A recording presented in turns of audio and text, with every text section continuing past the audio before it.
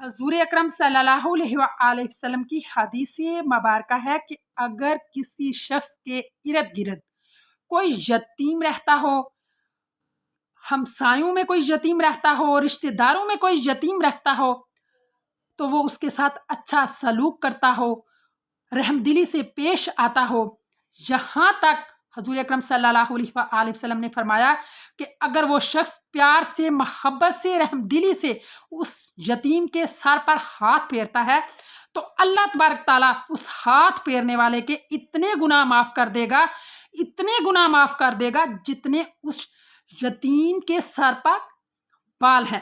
سبحان اللہ! اندازہ کریں اس یتیم کے سر پر کتنے بال ہوں گے، اور ان بالوں کے برابر اللہ تبارک تعالیٰ اس ہاتھ پھیرنے والے کے گناہ معاف کر دے گا۔ سبحان اللہ!